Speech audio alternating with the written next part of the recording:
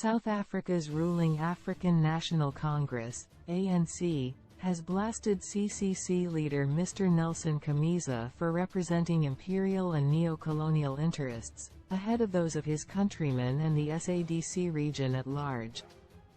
This comes as Mr. Chamisa is refusing to concede defeat to President Mnangagwa in last week's harmonized elections, instead opting to listen to his Western handlers who claim the elections were not free and fair.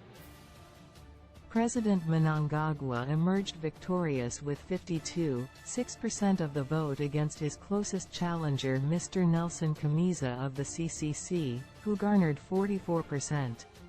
Addressing an ANC meeting yesterday, CDE Fakil Mbalula, who is the Revolutionary Party's Secretary-General, said for siding with imperial powers, Mr. Chamisa will never be their ally.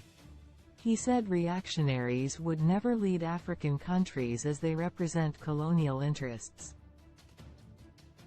CDE Mbalula added that it was mind-boggling that as most countries globally were focused on establishing alternative economic orders that are not skewed in the former oppressor's favor, Mr. Chamisa was looking to further their interests.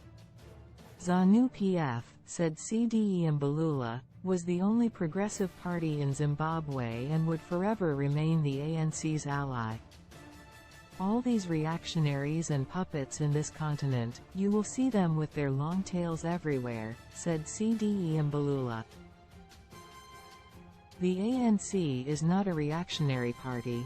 We might have problems with ZANU-PF, but in Zimbabwe you must know what is progressive and our ally is ZANU-PF, and reactionaries do not want us to say that.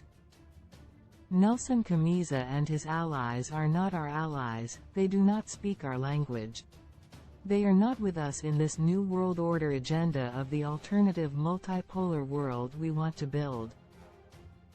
CDE Mbalula said former liberation movements would always have each other's back under any circumstances. We know how the loss of the ANC will affect the African Revolution. They are with the neoliberals and the liberal agenda in the world, and as the ANC we do not subscribe to that. We are anti-imperialist, so any political party that perpetuates the entrenchment of neo-colonialism and imperialism is not our ally. Our allies can be committing blunders, including former liberation movements, but they remain our allies, said CDE Mbalula. Zimbabwe is reeling under unilateral economic sanctions imposed by the West, mainly the United States, since 2001. The sanctions were invited on the country by opposition leaders including Mr. Tendai Biti, as recently revealed by President Mnangagwa.